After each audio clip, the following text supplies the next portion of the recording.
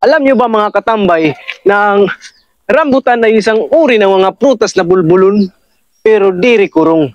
Pero kung imo aabrihon, mahamis nga marasa kaunon.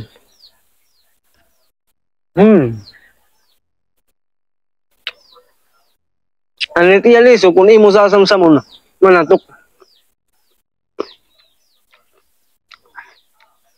Ang scientific name ng rambutan ay Nepalium lapasium. Ang kanyang mga health benefits ay para makatulong sa iyo na ang pagtibok ng iyong puso para sa kanya.